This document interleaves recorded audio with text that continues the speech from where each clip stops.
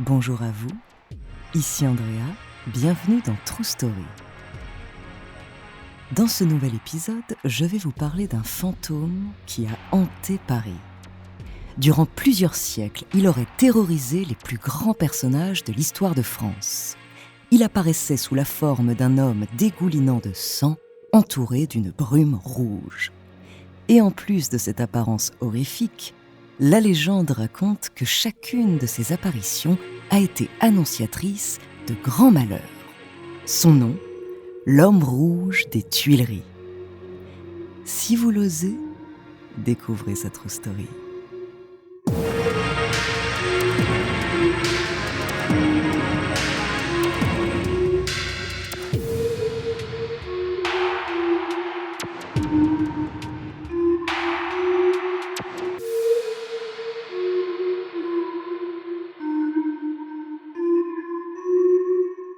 Avant de commencer à vous raconter cette histoire extraordinaire, laissez-moi vous présenter notre très cher partenaire.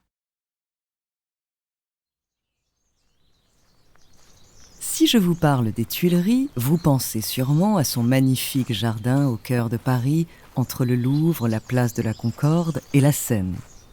Je pourrais donc vous emmener dans une balade bucolique sous ces allées de marronniers pour admirer ces statues, ou bien autour du bassin où voguent les petits bateaux, ou encore faire un tour de grande roue. Mais en réalité, chaque rue et chaque lieu de la capitale a son histoire de fantôme. Et les Tuileries, ne faisant pas exception, c'est plutôt cette histoire que je vais vous raconter.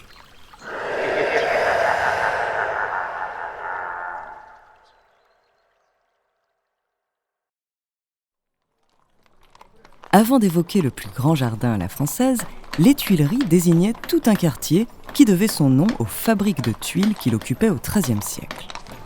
200 ans plus tard, le secrétaire des Finances y fait construire un hôtel que François Ier, le roi emblématique de la Renaissance, achète pour sa mère, qui vivait jusque-là place des Vosges, mais la pauvre était dérangée par les odeurs d'eau stagnante.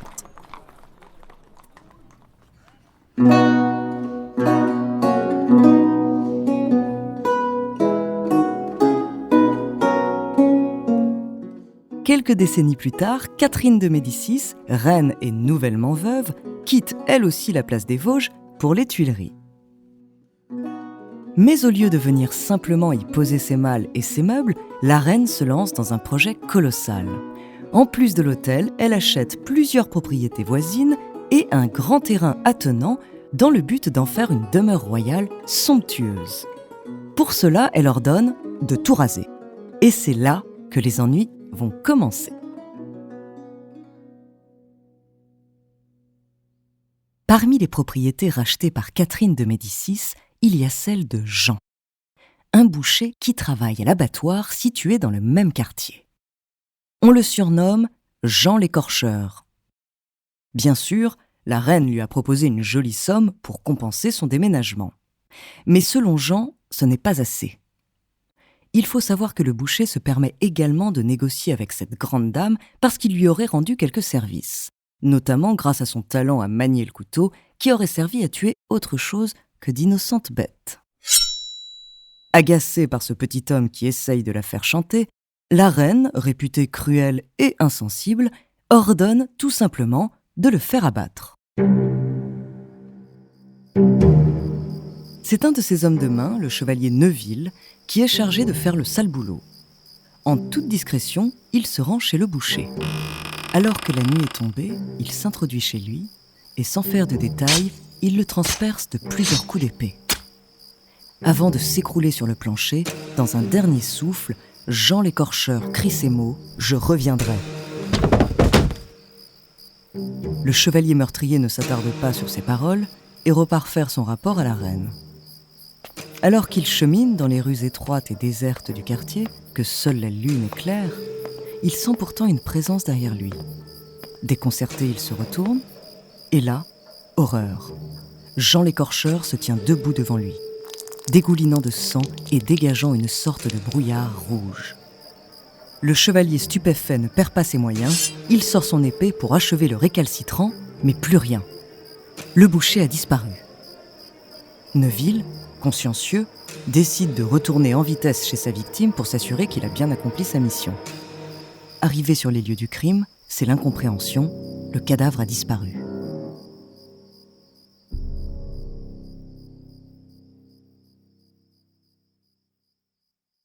Le chevalier doit tout de même rendre compte à la souveraine. Il lui raconte tout en détail.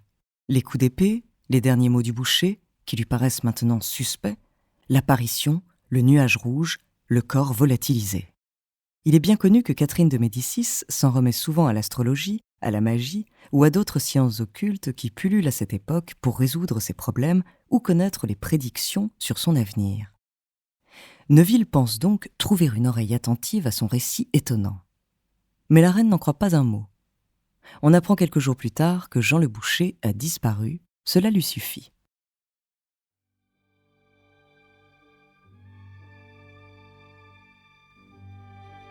Pourtant, elle risque de bientôt regretter ses ordres et son manque de méfiance.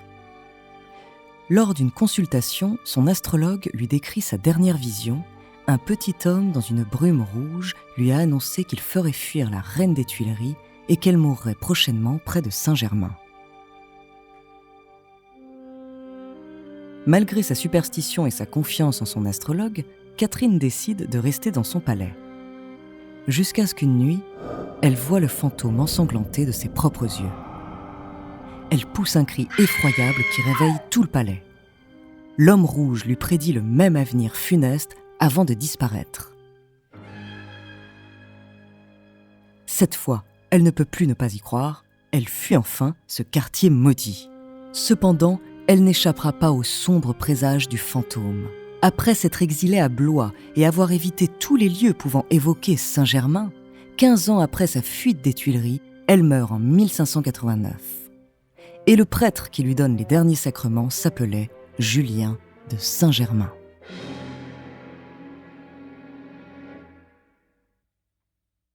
La mort de Catherine de Médicis n'était cependant que la première œuvre des funestes prédictions du fantôme rouge. Au cours des siècles suivants, il va réapparaître plusieurs fois, annonçant quelques-uns des événements les plus marquants de l'histoire de France. On raconte que pas moins de 20 ans plus tard, il se montre à nouveau, cette fois à la reine Marie de Médicis, pendant son couronnement, en prévision de la mort possible de son mari, Henri IV. Le lendemain, l'homme rouge des Tuileries vient justement troubler la nuit du roi, qui, ignorant la légende, ou trop peu soucieux, n'y prête aucune attention. À tort, puisqu'il se fait assassiner le jour suivant par Ravaillac de plusieurs coups de couteau. Le fantôme de mauvais augure se fait discret un peu plus d'un siècle, peut-être pour que son retour durant le règne de Louis XVI se fasse encore plus remarquer.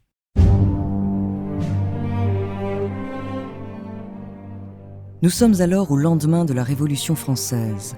Le roi a manigancé de toutes les manières possibles pour conserver son pouvoir absolu face au peuple qui se soulève contre les injustices sociales et politiques. En 1791, il a pourtant été forcé de quitter Versailles pour emménager à Paris, au Palais des Tuileries. Déjà le 21 juin 1791, alors qu'il a fui la capitale pour ne pas abdiquer, le roi est arrêté à Varennes. Et il y a de fortes chances pour que l'homme rouge ait été annonciateur de cette malheureuse arrestation pour Louis XVI, puisqu'on raconte que la veille de l'évasion, on aurait vu le fantôme sanguinolent couché sur le lit du roi.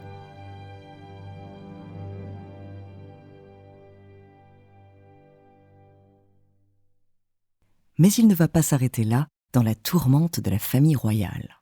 Marie-Antoinette va aussi en être victime. Un soir, alors qu'une de ses servantes lui fait la lecture, la reine commence à s'assoupir. Elle laisse donc sa lectrice s'absenter un moment.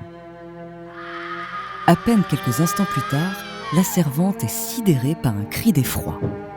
Elle accourt au chevet de Marie-Antoinette, dont le visage est devenu aussi blanc que ses draps. Après avoir repris ses esprits, elle raconte à sa servante sa vision d'horreur, un nuage rouge sang, un homme qui en surgit et qui disparaît aussitôt. Si la grande dame n'est pas très au fait des légendes et des rumeurs qui entourent le palais, sa servante, elle, a bien compris le message.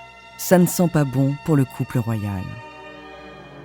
Quelques mois plus tard, l'histoire, où l'homme rouge, fera son œuvre.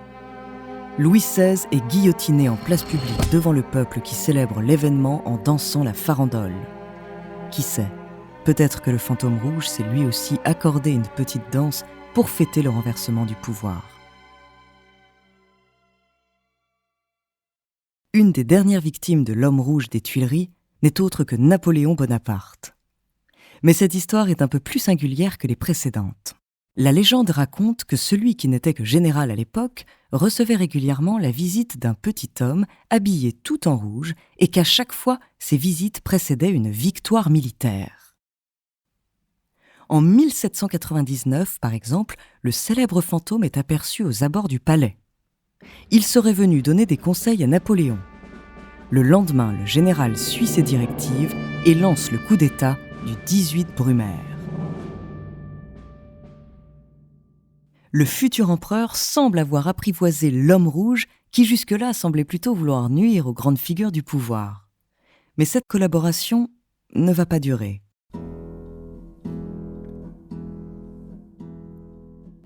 Une fois devenu empereur, Napoléon va faire l'affront à son conseiller de ne pas écouter ses précieuses suggestions. Il refuse même de le voir le jour de son mariage. Grave erreur. Mais le fantôme de mauvais augure va prendre son temps pour fomenter sa vengeance. Un jour de juin, en 1815, l'empereur, en pleine séance de travail dans son cabinet du palais des Tuileries, est envahi par une étrange torpeur. Cela n'aurait pu être qu'une bouffée provoquée par la chaleur estivale, mais une brume rouge se forme devant lui, de laquelle surgit un petit homme coiffé d'un bonnet phrygien, déjà symbole de la Révolution et de la République. Le lendemain, le 18 juin 1815, débute la fameuse bataille de Waterloo, qui s'achèvera dans la journée sur une cuisante défaite française et mènera Napoléon à son exil sur Sainte-Hélène.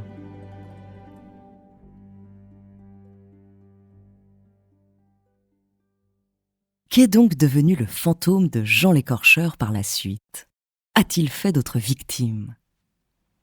Il a effectivement fait quelques apparitions dans les décennies suivantes, mais il a fini par disparaître en même temps que l'édifice qui avait causé sa perte.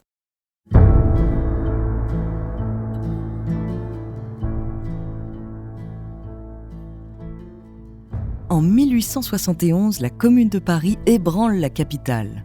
Le 23 mai, en pleine semaine sanglante, les communards s'attaquent au palais des Tuileries, symbole de la tyrannie, pour tenter de ralentir les troupes du gouvernement versaillais.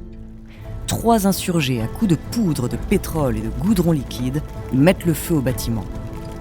Le palais érigé par Catherine de Médicis, avec son pavillon et ses 2 ailes, va brûler pendant 3 jours.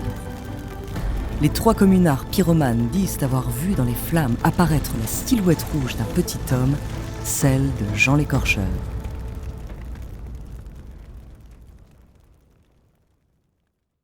Après cet événement, le fantôme n'a plus donné signe de vie ou de mort, comme s'il avait enfin trouvé le repos grâce à la destruction du maudit palais, après avoir pris sa revanche et celle de ceux qui, comme lui, ont été écrasés par les plus puissants. Merci d'avoir écouté cet épisode de True Story. Si les dessous de l'histoire vous passionnent, vous pouvez écouter nos épisodes sur Mao d'Artois et sur l'homme au masque de fer. La semaine prochaine, je vous parlerai d'une grande icône spirituelle. En attendant, n'hésitez pas à nous faire part d'histoires que vous aimeriez entendre sur votre plateforme d'écoute préférée ou alors via la page Instagram ou Twitter de Bababam. Nous nous ferons un plaisir de les découvrir.